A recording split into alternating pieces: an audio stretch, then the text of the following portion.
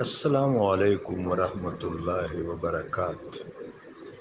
حضرت امام کشیری ادام اللہ شرفہ ورضی اللہ تعالیٰ عنہ نے اپنی ایک کتاب الخواطر میں ایک چھوٹا سا رسالہ ہے ان کا، اس میں حضرت نے ذکر کیا ہے، اور بلکہ سالک کے لیے عبد کا لفظ استعمال فرمایا ہے۔ احباب ذی قدر، سالک کے لیے سالک کا لفظ نہیں، عبد کا لفظ استعمال کیا ہے، چونکہ سلوک کے سفر کا نقطۂ آغاز ابدیت ہے۔ ابدیت ہے۔ عبدن جو عبادت کرے، عبدن جو انکساری کرے، عبدن جو فروتنی کرے، عبدن جو عاجزی کرے، عبدن جو تذلل کرے۔ حضرت ابوبکر صدیق رضی اللہ تعالی عنہ نے اپنی انگوٹھی پر، سنا ہے جو ان کی انگوٹھی پر، میں نے ایک نہایت مستند کتاب میں پڑھا ہے، اغلباً امام ابن قتیبہ دینوری کی کتاب ہے، کہ آپ کی انگوٹھی پر جو نقش بنا تھا تحریری صورت میں، جو نقش ابھرا ہوا تھا، اس پر لکھا تھا عبد الذلیل الی الرب الجلیل، یعنی وہ عبد جو رب جلیل کی حضور تذلل کرنے والا ہے، عاجزی کرنے والا ہے۔ تو اعلیٰ مرتبہ عبدیت ہے۔ سب سے عظیم جو ہستی ہیں وہ بھی عبد اعظم ہیں، عبدہ ہیں، عبدہ۔ اشہد اللہ نشہد اللہ الہ الا اللہ وحدہ لا شریک لہ ونشہد ان محمدا عبدہ ورسولہ۔ عبدہ یہ سلوک ہے، رسولہ تو شریعت ہے، عبدہ طریقت ہے۔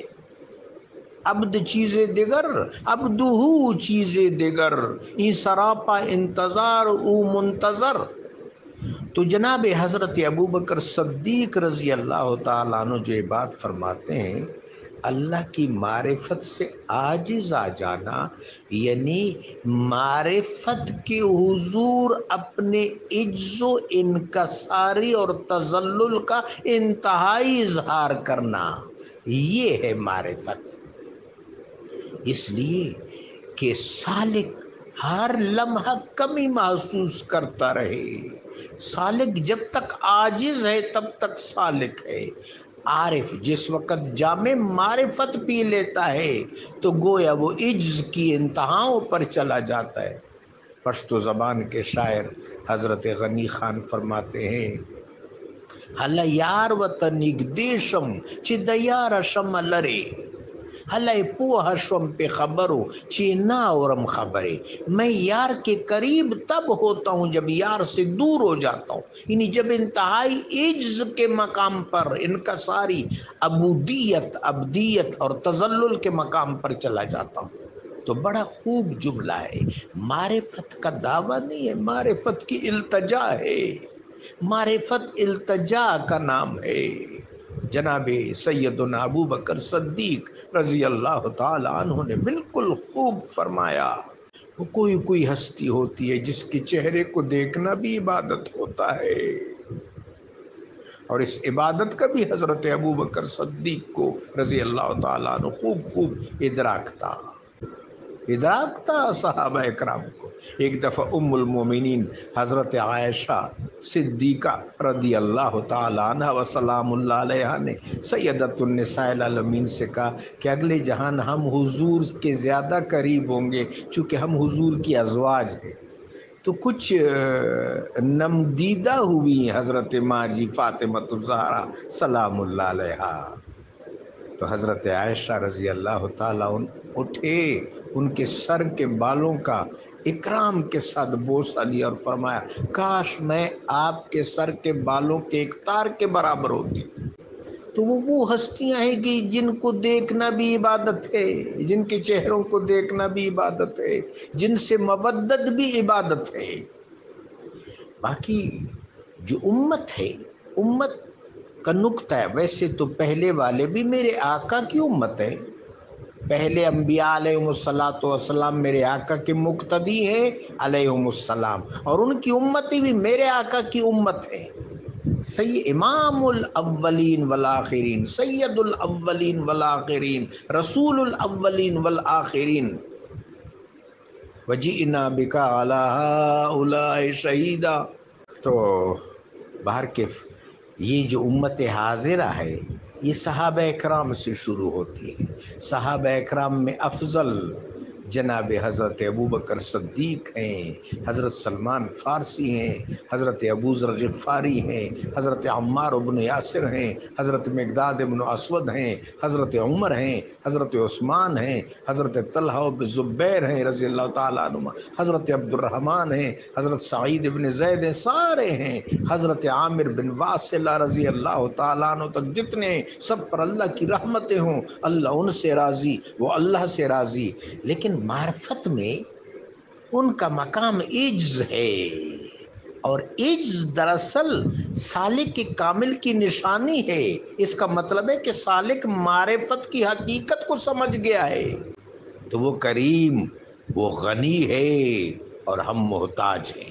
فقر کی یہی شان ہے، انتم الفقراء الی اللہ واللہ هو الغنی الحمید، وہ غنی ہے اور ہم فقیر ہیں۔ بس یہی وہ شان فقر ہے، اس کی نگاہ میں سکندری کیا ہے۔ اللہ اکبر، اللہ اکبر۔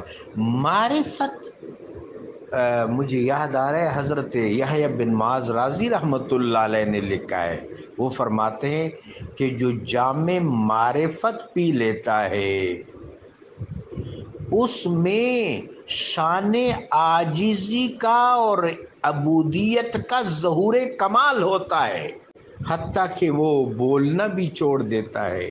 حضرت علی بن عثمان حجویری فرماتے ہیں معرفت کی انتہا گفتگو میں سکوت ہے، سکوت۔ حضرت اقبال کا ایک شعر ہے، برہنہ حرف نہ گفتن کمال گویائی است، برہنہ حرف نہ گفتن کمال گویائی است۔ کمال گویائی کا کمال یہ ہے کہ جو کچھ آپ پر باطن میں ظاہر ہو جائے، ظاہر میں اس پر کلام نہ کیا جائے، اس کا انکشاف نہ کیا جائے۔ برہنہ حرف نہ گفتن کمال گویائی است، باطن سے باطن کو روشنی دینا یہ معرفت ہے۔ باطن کی روشنی کا ظاہر میں اظہار کرنا، گفتگو میں اظہار کرنا، یہ گویائی نہیں ہے۔ برہنہ حرف نہ گفتن کمال گویائی است، حدیث خلوتیاں جز برمز و ایمان است۔ خلوتیوں کی گفتگو اشارات ہوتے ہیں، حدیث خلوتیاں، خلوتیوں کی حدیث، ان کی بات، ان کی گفتگو جز برمز و ایمان است، وہ اشارات اور لطائف کے علاوہ نہیں ہوتے، وہ اشارات ہوتے ہیں، وہ رمزیہ زبان ہوتی ہے، وہ اشارہ کرتے ہیں۔ فلا تقولن الا رمزا، یہ عارف کی گفتگو ہے۔ برہنہ حرف نہ گفتن کمال گویائی است، حدیث خلوتیاں جز برمز و ایمان است۔ جزاکم اللہ۔